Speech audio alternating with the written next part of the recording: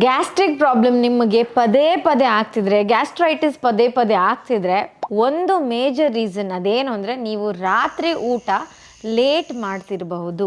Late ಊಟ ಮಾಡಿದ್ರೆ ಏನಾಗುತ್ತೆ, ಲೆಟ್ ಮಿ ಎಕ್ಸ್ಪ್ಲೇನ್ ಯು.